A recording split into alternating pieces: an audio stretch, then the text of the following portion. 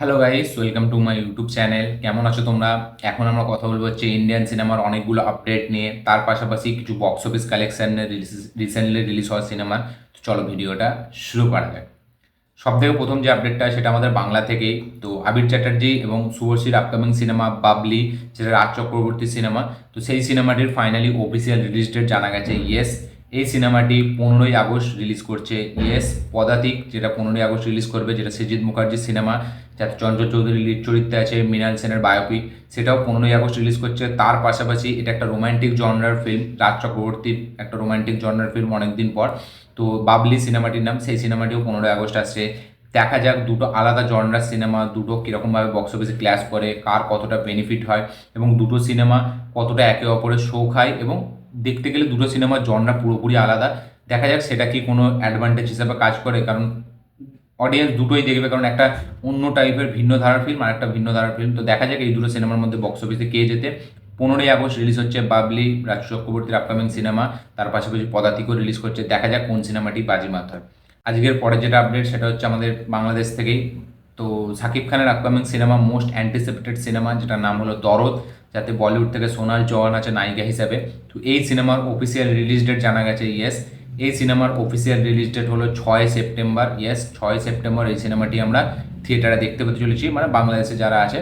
এবারে দেখা যাক আমাদের এখানে কবে রিলিজ করে। এই সিনেমাটা আপডেট আসার কথা ছিল, যেহেতু এখন বাংলাদেশের পরিস্থিতি খুবই খারাপ, সেই হিসাবে মেকার্সরা কোনো আপডেট আনেনি। হয়তো শীঘ্রই কিছু আপডেট আসতে চলেছে, প্রমোশনাল কন্টেন্ট, সেটা গান হতে পারে, সেটা কোনো পোস্টার হতে পারে। তো দেখা যাক সেটা কী হয়। তো এই সিনেমার অফিসিয়াল রিলিজ ডেট হচ্ছে 6 সেপ্টেম্বর। আজকের পরের আপডেট নিয়ে যদি আমরা কথা বলি, আজকের পরের আপডেটটা হলো শাহরুখ খানের কিংকে নিয়ে।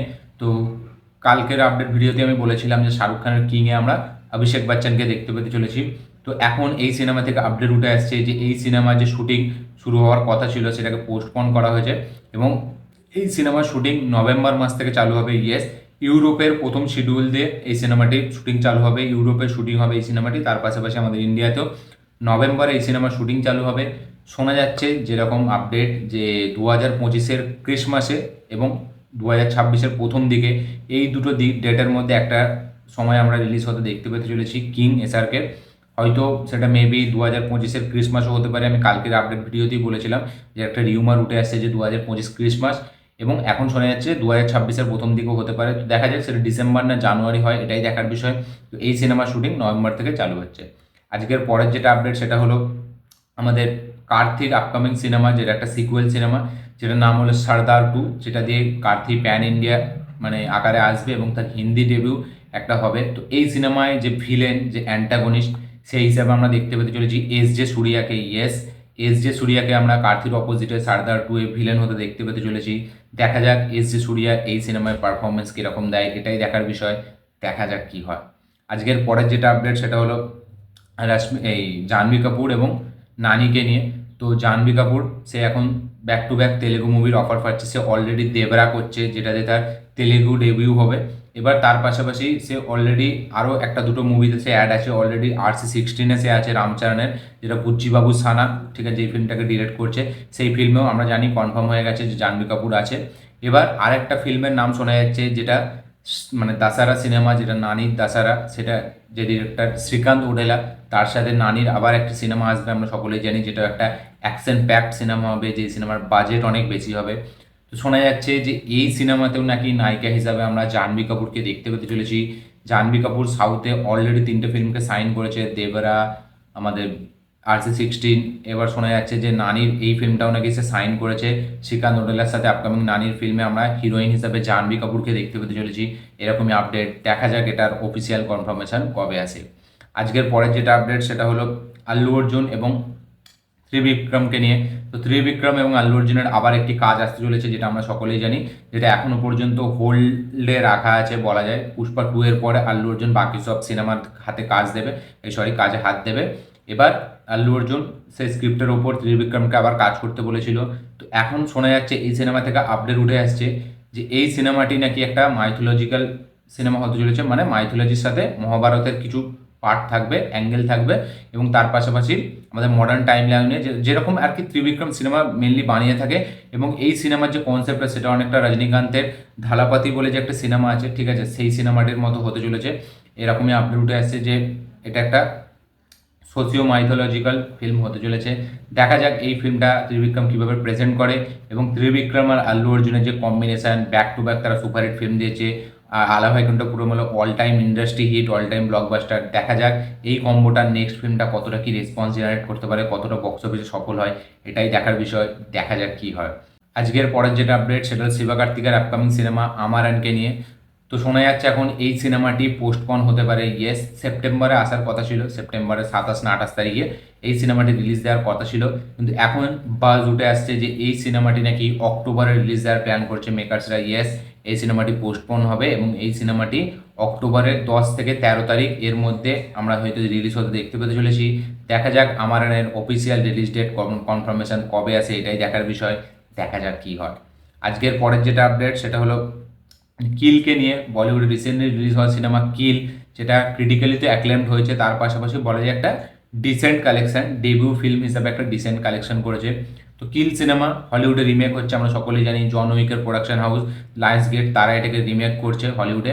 এবার এই সিনেমাটি কিছুদিন আগে শোনা যাচ্ছিল নাকি ইন্ডিয়াতেও অনেক জায়গায় রিমেক হবে, কিন্তু এখন কিলের মেকার্স অফ ধর্মা প্রোডাকশন তারা অফিসিয়ালভাবে জানিয়ে দিয়েছে যে এই সিনেমাটি শুধু মানে ইংলিশেই রিমেক রাইটস বিক্রি হয়েছে, বাকি ইন্ডিয়ার কোনো ভাষার রিমেক রাইটস এখনও সোল্ড হয়নি। এটা পুরোপুরি একটা রিউমার ছিল যে কিল অন্য ভাষাতেও মানে আমাদের ইন্ডিয়াতে রিমেক হচ্ছে, এটা পুরোপুরি একটা ফলস খবর।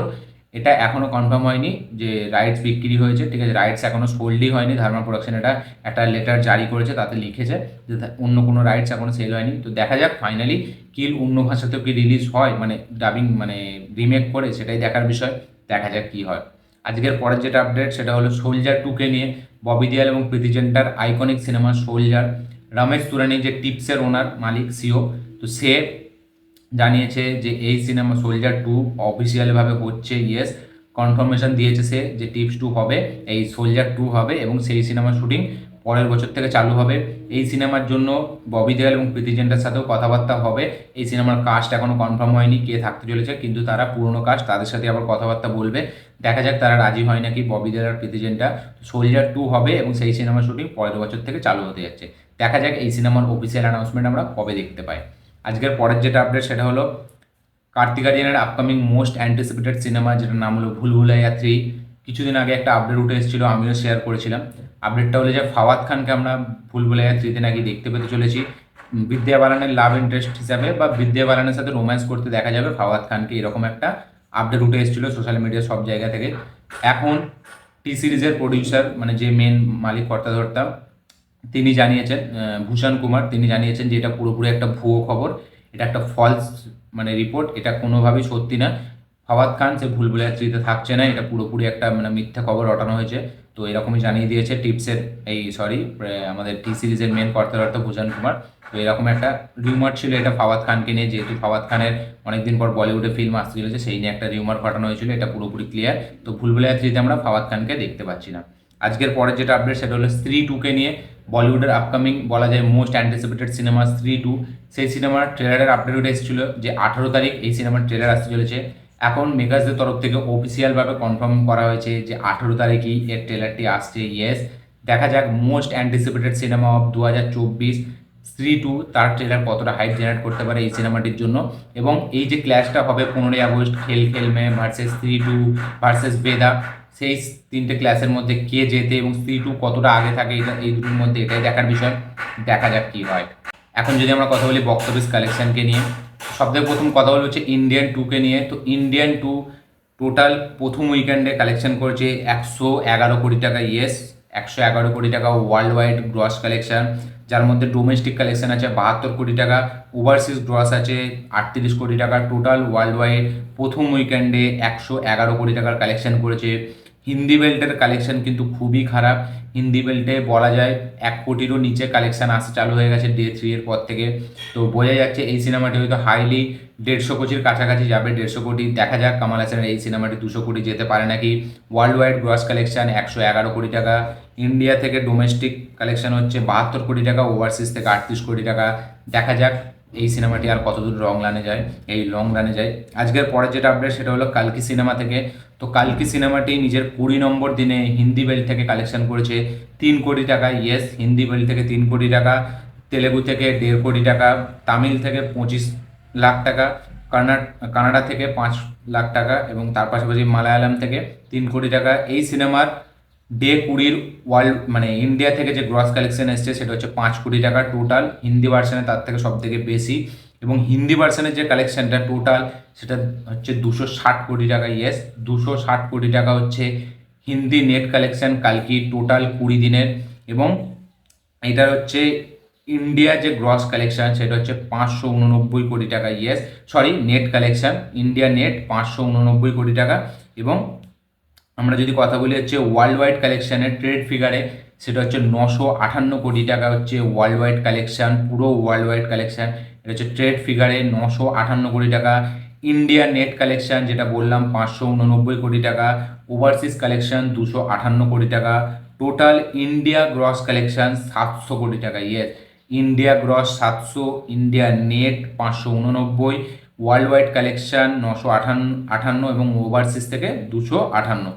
তো টোটাল কালেকশন হচ্ছে 958 কোটি টাকা, সেটা হচ্ছে ট্রেডদের মধ্যে। এবং আমাদের প্রডিউসারের মধ্যে তো 1000 পার করে গেছে। দেখা যাক কালকি 1100 কোটি টাকা করে পাঠানের রেকর্ডটা ভাঙতে পারে নাকি, তারপরে জওয়ান বা কেজিএফের রেকর্ডের কাছে যেতে পারে নাকি, এটাই দেখার বিষয়। দেখা যাক কি হয়। আজকের পরের আপডেট নিয়ে যদি আমরা কথা বলি সেটা হলো সারফিরাকে নিয়ে। তো সারফিরা টোটাল 5 দিনের কালেকশন হচ্ছে 18 কোটি টাকা। ইয়েস, গ্রস কালেকশনের কথা আমি বলছি। টোটাল ইন্ডিয়া গ্রস 18.25 কোটি টাকা, সেটা হচ্ছে সারফিরার কালেকশন।